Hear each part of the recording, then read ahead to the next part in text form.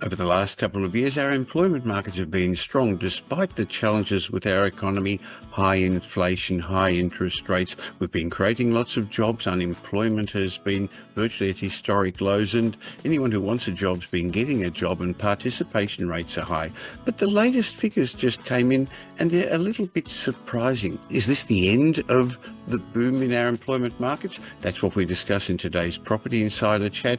We also discuss about immigration and migration levels, who's moving where. That's obviously important for our housing markets, as well as what's happened to auctions over the weekend. If you want to keep up to date with what's happening in our housing markets and the economy, please subscribe to this YouTube channel and click the little bell icon so we can let you know each time a new show comes out.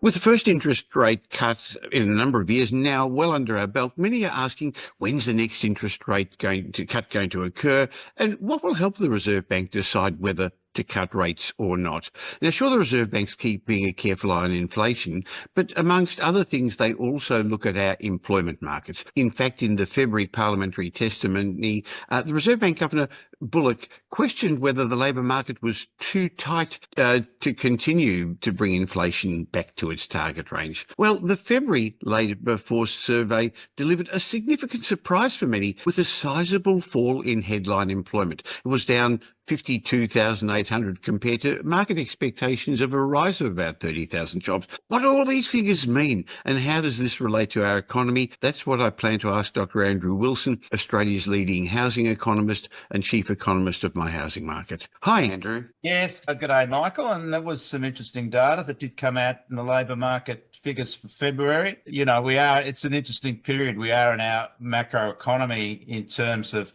still having a strong economy in regard to the labour market, and yet we're talking about cutting interest rates. It's a little strange to have really the narrative being working against the reality. Cutting interest rates is usually a stimulatory action, and we certainly don't need, or haven't needed anyway, in regard to our labour market, any stimulation, because our labour market's been at its strongest point just about in history, certainly in modern times. It's interesting, people are watching, I guess, to see if there's any change in the strength or have been in the strength of our labour market. The February data was well viewed. And it's interesting now that, similar to the US, we now have the so-called analysts predicting employment growth and getting it wrong, as the does typically in the US, because we just follow trends typically to make those particular forecasts. And again, that we saw those that were generally predicting employment growth. February got it wrong, and there was a fall in the number of jobs created. So shall we look at the data, Michael? Sure. Well, the big figure that a lot of people look at is the unemployment figure. And if you rounded it out, it really stayed the same, 4.1%, which is at, virtually historic lows, isn't it? Yes, it is. And as I said, it's, the economy in terms of its labour performance continues to be very strong. And that's, as I said, a little confounding given we're talking about cutting interest rates. And the problem with that is that if we do start to see a shakeout in the labour market, we've sort of lost that first opportunity to give it a kick along with a cut in rates, because we're already cutting rates and using up some of the potential stimulus that we get from lowering interest rates, in times of need. But that's a decision the Reserve Bank has made, and they will need to be able to stand by that going forward. But the data was interesting, Michael. The unemployment rate, as you said, was steady at 4.1%. That is a very low rate historically. We'll look at the long-term chart in a second. The jobs, however, did fall by 53,000, and that was a surprise, Michael, because we have seen consistently strong jobs growth on a monthly basis really over the past year. So it was a little bit out of the ordinary to see the jobs falling. But these things are estimates. They're based on a survey. It is February, of course. So even though this data is seasonally adjusted, there are still some issues in terms of lower demand and changes in February that can influence the data, even if it is notionally seasonally adjusted. And I think the interesting thing also was that that we had an opposite effect in terms of the unemployed numbers, because even though jobs fell 53,000, which was a bit of a surprise given recent trends, the unemployed number were also down by 11,000. So let's say maybe a little bit of a statistical anomaly in a sense, and reflecting early year data, and some perhaps ongoing issues with the seasonal adjustment model, which are starting to work themselves out now, since we are well clear of the issues that created with the ABS modelling through the COVID period. But jobs are still up, Michael, by 200, which is a lot of jobs to be created over the past year, up 1.9%. And that's just about the pre-COVID average jobs growth that we see on an annual basis. So still going pretty well, our jobs creation, and unemployed are numbers up by 61,000 over the year, and that's an increase of 11.1%. As you mentioned, perhaps part of the stabilisation in the unemployment rate was because we had a fall in the participation rate, down from a record high 67.3%. And it's almost become tiresome every month, Michael, that we say, hey, another record participation rate, but it did fall back to 66.8%. In all the numbers, Michael, we've seen a change. Instead of higher jobs growth, we've had lower jobs growth. Instead of higher numbers of unemployed, we've had lower numbers of unemployed. And instead of a record participation rate, we've seen a slightly lower participation rate. So let's wait for the March numbers and to get a sense of whether this is the beginning of a trend, which, Michael, to some degree, we do expect shall we say, a moderation in the strength of Australia's labour market, because it has been going gangbusters for so long now that it wouldn't be a surprise just to start to see it becoming perhaps a bit more substantiated in terms of particularly high numbers of migration still coming into Australia, and we'll look at the latest data on that shortly. So the Western Australia, as usual, the lowest for the unemployment rate at 3.4%. At the end of the day, lower rates will support, if we are starting to see the beginning of a more, rational labour market results, lower rates will help to keep that at least steady for some time.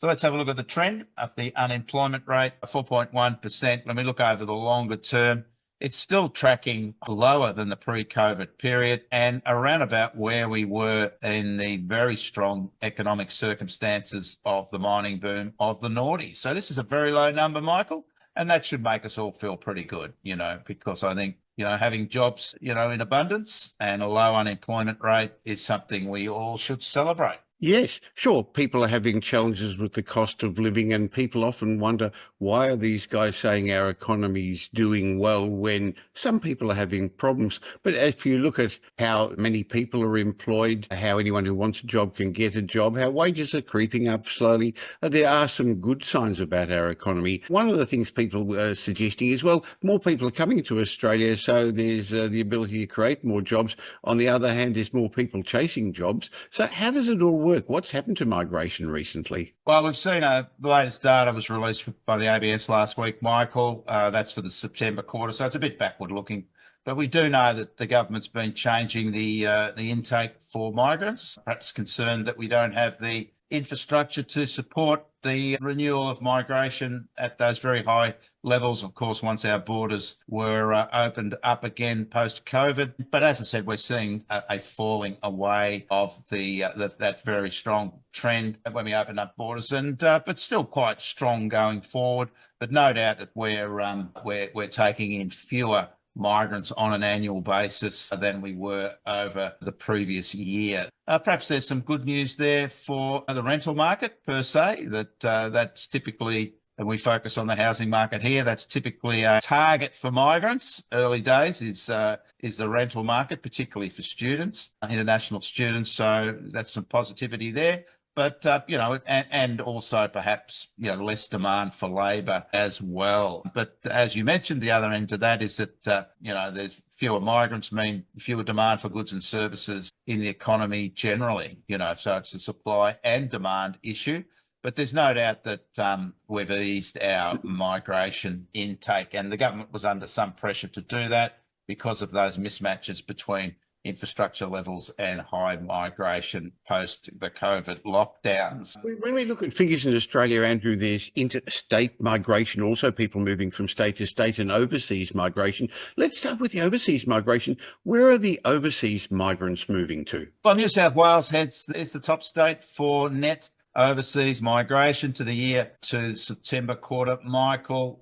Typically, we see Victoria taking the lead there, but New South Wales has been the leader for the last year or so. I expect to see Victoria eventually take over from New South Wales, but a lot of strength in New South Wales. And that, of course, we're looking at the year to the September quarter 2024, and we did see a surge in expats moving into Sydney, particularly through that post-COVID period. And I think that data still reflects that. But New South Wales is the top performer for international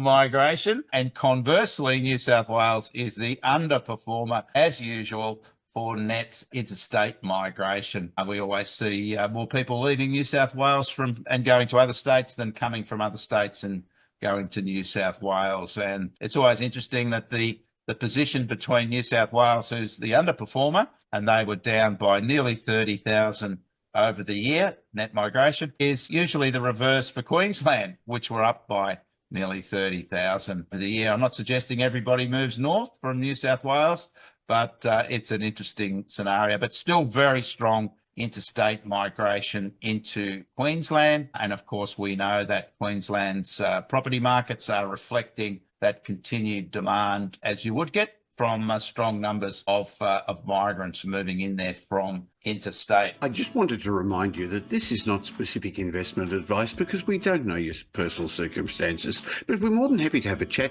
to help you take advantage of the opportunities the current property markets are offering.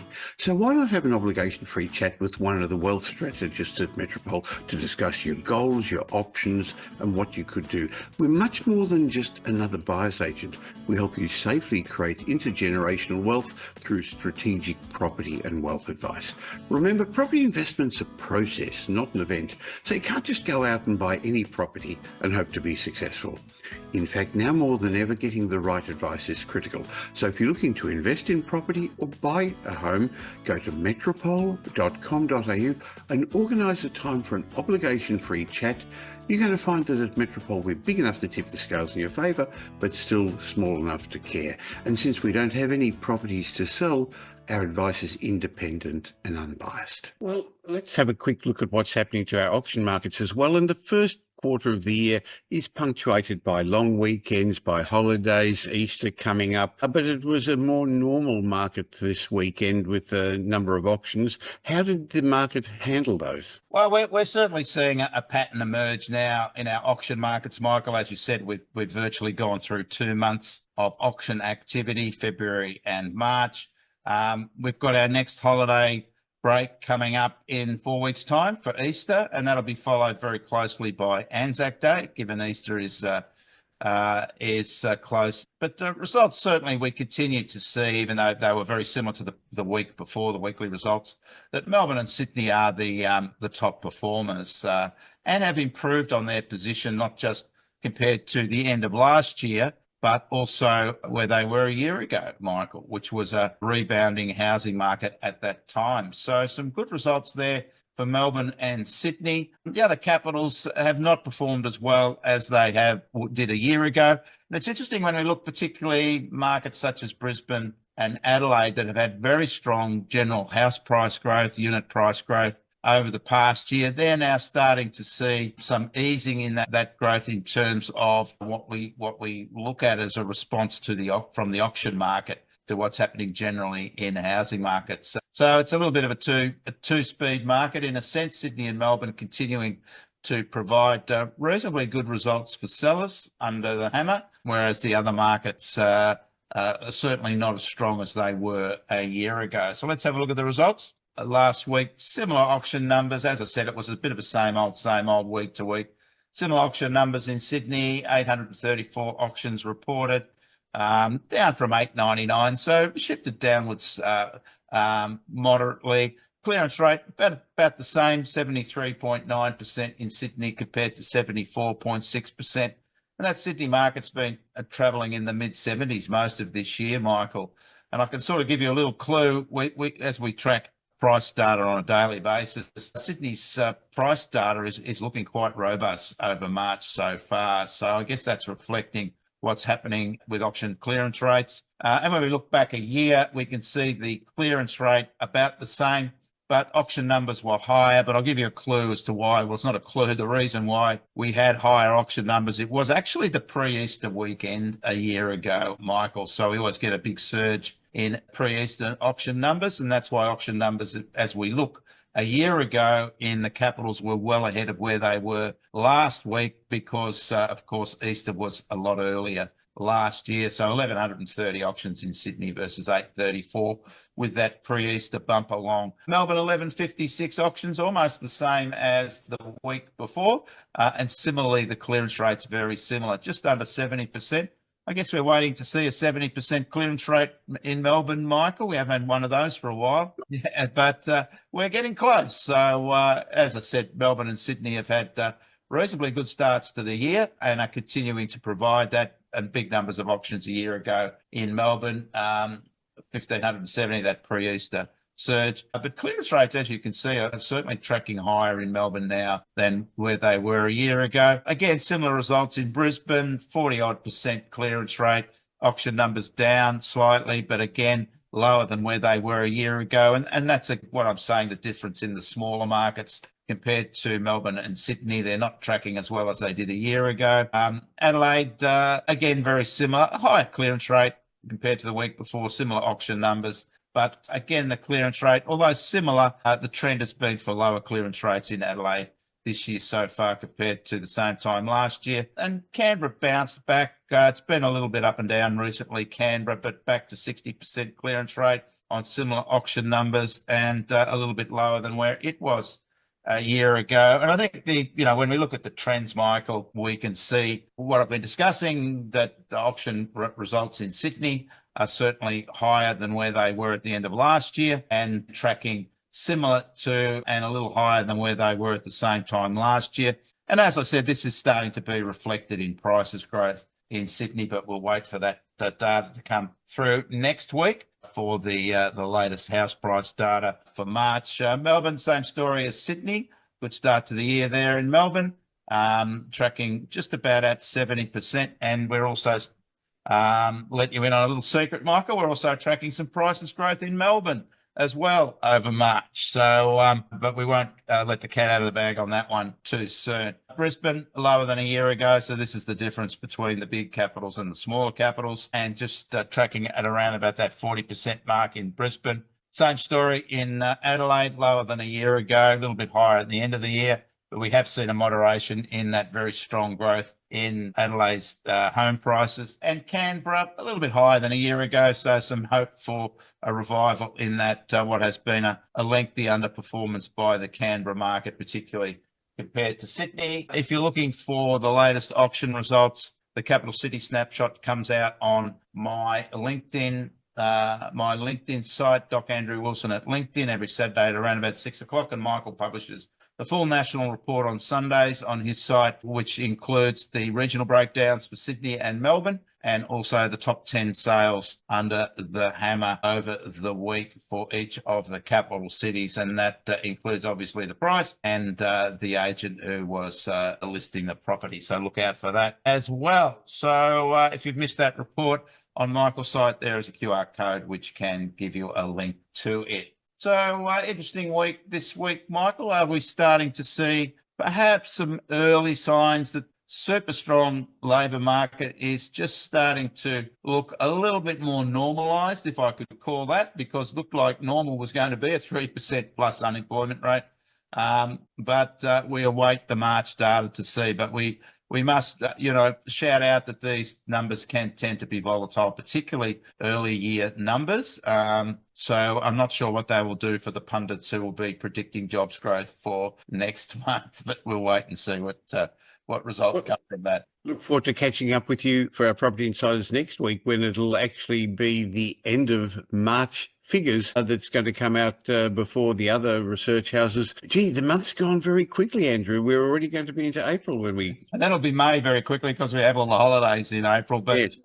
But yeah, look, it's going to be interesting, very interesting, actually, the March quarter results that we bring out, because it's probably the first real result that doesn't have any influence from seasonal factors, because we've been reporting on February and January, which, regardless of how you adjust, will still reflect lower demand through the holiday period. So we've got now a real sense of the year, and we've given a few clues today, Michael. Have you?